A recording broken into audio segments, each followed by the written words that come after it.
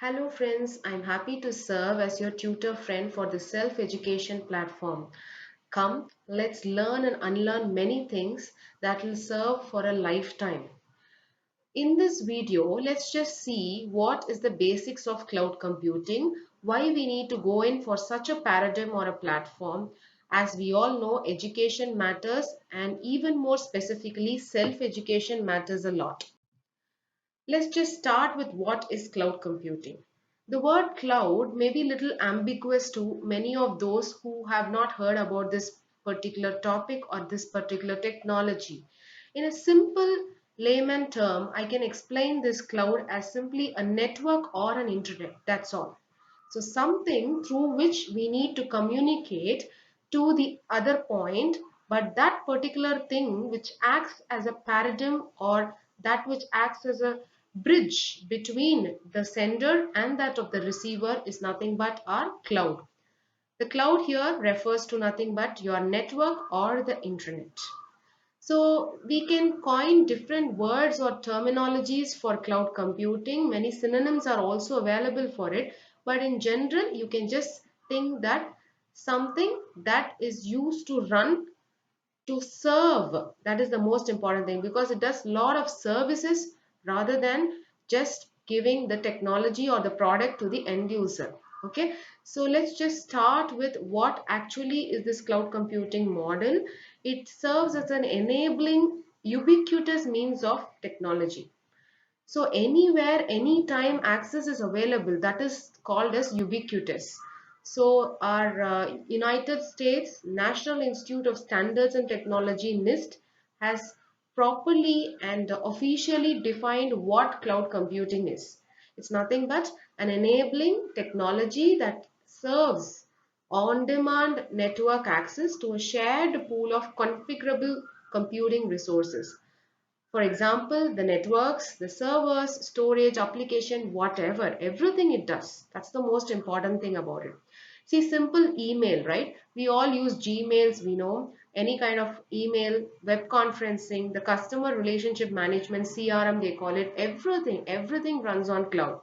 So in general, cloud is nothing but the network or the internet that tries to build an access or gives an access for the sender and the receiver to interact as well as exchange certain services of their interest.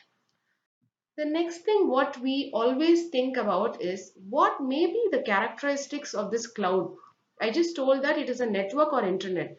Does it have any specific characteristics that why we should go in for choosing this cloud? Yes, of course, it does have. The characteristics are nothing but on-demand self-service. On-demand means what? I need it just now, right now. So give it to me. That's what we all expect, right? Immediate. By one touch, I need everything. So that is actually provided by your cloud. That is the network or the internet, of course, right? So the constant connectivity alone is a factor here which needs to serve between the sender and the receiver. So it gives something called as an on-demand self-service. Next is nothing but a broad network access. This is one particular feature which is not found in many other technologies or paradigms which are on par with cloud as they claim. It is actually the cloud which only provides us with something called as a broad network access that helps us to get access from anywhere. You can just imagine, see, it may be a LAN network, it may be a WAN network, like local area network or a wide area network, or maybe a metropolitan area network, anything. With just the connectivity, it provides us with broad is wider network access. Next is about its rapid elasticity. As you can see, this elasticity is a terminology that is being often being connected with the computing model. Any computing model for that example may be a distributed computing also or a grid computing also. But the elasticity, whether the scalability of it, whether I need to improve it or I need to either to scale up or scale down. So scale it or descale it. Anything can be done by means of this cloud computing model. Next is the resource pooling. So obviously when I have a broad network access, I can pool all my resources, right? So how do you pool the resources? Nothing but just grouping it, putting it in a common place. Then whenever the customer needs it, they can just get it on demand as they like. So this is one major contributing factor why cloud computing has gained so much of popularity among other paradigms and technologies. Next is about your measured service. What is a measured service? This is the highlighting feature, or I would say the basic thumb rule of your cloud computing is measured service. Otherwise, it is also called as metered service. That is, it gives us the accountability for whatever you use, that's all. Nothing more, nothing less. Just as your electricity bill. Just for example, whatever units you have consumed for your electricity, the power consumption, you are billed for it, right? So you pay for it. You don't pay anything more, anything less. Same way, for whatever you use, you are being provided some kind of a cost. That cost has to be borne by the customer based on whatever the customer is has used. So this is called as a measured service. Otherwise, in a better terminology, like a metered service, or in much better word, I can say it is called as the pay as you go type of model. That is, pay on the go. As you complete that particular process, you just pay it and then complete it off, right? So this is another major important characteristics of cloud. You might be wondering why I'm just concentrating only on the essential characteristics. Of course, there are the common characteristics also. Some about 8 to 10 common characteristics are available. But the major characteristic that actually tries to separate this cloud computing from any other type of computing is these five essential characteristics. Maybe the other characteristics are a little bit common to that of other computing services like grid computing or a distributed computing or parallel computing, hybrid computing, whatever it may be, right? So these five essential characteristics are the basis for any cloud computing model or the cloud computing platform. Next, this diagrammatic representation may give you a better picture of what are the deployment models available in cloud, what are the service models that are available in cloud as well. So only I have just given this particular illustrative scenario of how the cloud characteristics and models appear.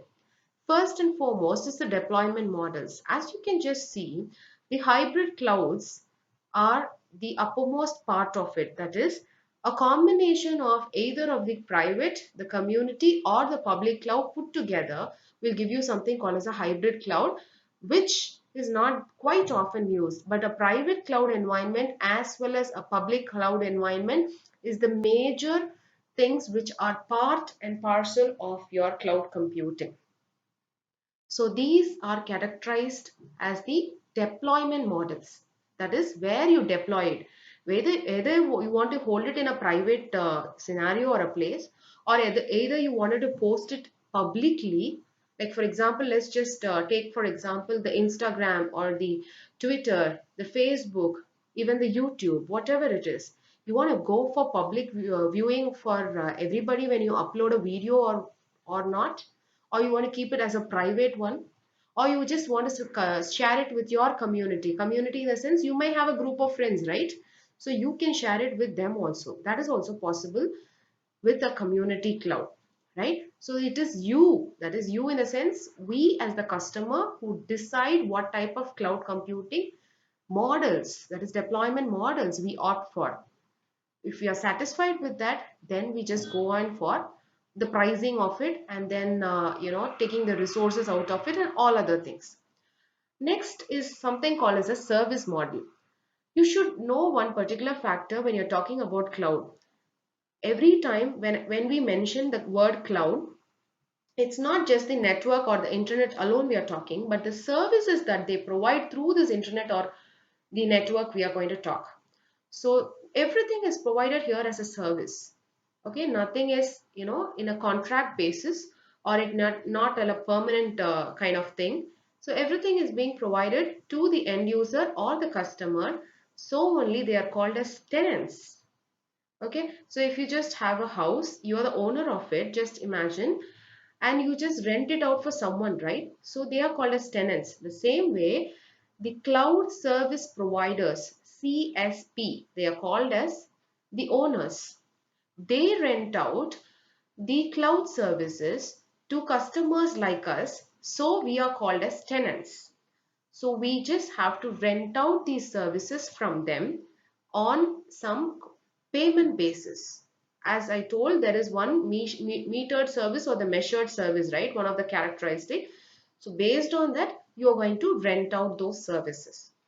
So this is the essence of a service model and how it actually acts as a bridging the gap between the customer and the provider. So the service models are categorized into three main categories. First is the topmost one, which if you like to see on this particular illustration, that it is the software as a service. The SaaS model it is called. That is, a complete package or the software is being delivered to the end user, like your Gmail. You just have to give the entire thing about it, right? The second one is about your platform as a service. Platform as a service actually tries to give you something called as the operating systems alone which are being given to the end user. And last is your infrastructure as a service, where it is the, for understanding purpose, I had just given you the elaborative detailed studying of the characteristics of cloud, as well as all the five characteristics, as well as the service models here. As you can just see the service models, I told you the SaaS model comes at the top of it, which is application, entire application. Your Gmail is being given to you as a service, the email, whatever you're using, or the games, right? If you have a gaming platform or a gaming software, that is called as a software as a service model, because everything is given to you. You have to just play on it, that's all. In case of a PaaS model, that is your platform as a service model, which is a middle layer, here, the database, the operating system, the deployment tools are given to the end user. They try to construct from there and just do it as they like. Last but not the least is your infrastructure as a service. This infrastructure as a service serves as the best platform for those who would like to build something from scratch without buying so much of things from the cloud environment, but would like to just get the major hardware components like your virtual machines, your servers, storage and network. You just try to hire it from your cloud service provider, and the cloud service provider tries to give you these services as the IaaS model, and you can obviously build your uh, resources or your project or your any kind of computing right from the scratch. There are many IaaS model services being provided, like from the virtual machine, everything. And most important them will be your Amazon EC2, they call it, that is Elastic Compute Cloud. Amazon Elastic Compute Cloud, OpenStack, Eucalyptus. These are the tools for helping you to build everything from scratch, that is your IaaS. Next is your PaaS model. PaaS model helps you, as I told you, for the programming language part of it. So here, a good example will be your Google App Engine, AWS, Amazon, uh, you know, Amazon's AWS is given, Windows Azure is there, Google App is there, Amazon Web Service. Okay, so these are your examples, or the ways in which it can help you to build your PaaS platform. And finally, we come to the SaaS platform, where the entire Google Docs itself is a great example of your PaaS platform. And with this particular slide, where I would like to show you, give you an example of already discussed the deployment models, we will just stop with this particular slide, because too much of anything will be boring, I know. So being the first introduction to your cloud computing, so I'm just telling you about the characteristics of it, the service models of it, and the deployment models of it. In this deployment model, as I told you, the public one, which helps you to go everything in public, and give you something called like you don't own it exactly, but you have to show it to the general public, like a larger community. Next will be a private one, which is solely owned by a particular organization. Okay, or particular person can also own a private cloud. That's fine enough. But the way you share it to a third party, it depends upon you who is going to decide it. And hybrid is like a combination of two or more clouds put together of these three clouds, right? And community is something fine enough to tell that it has a shared concern. It like to share with only those who have a like-mindedness or who have a common ideology or goal in doing it. Okay, so thank you for listening to this particular presentation of mine, and I am just, as I told you, your tutor friend. Any help, any doubts regarding any topics or whatever you would like to do in the future, or if you feel like telling it to me, please do drop a comment below so that I will be happy to serve your purpose also. And we will be having a lot of self education webinars, seminars, and the presentations, whatever I'm trying to give you, which will help you to have some kind of self-learning to learn and unlearn many things, as well as to develop and go to the next stage of it. Or as well, I'll be telling about many job-related opportunities which are available. Thank you for your patient hearing and listening. Do drop a comment below for the presentation and which you would like to tell it to me to enhance it more in my next videos, coming up videos. And apart from that, do like, if you like my video, press the bell icon to subscribe to my channel if you like it, and I'll be happy to serve you as your tutor friend. Thank you. Have a good day.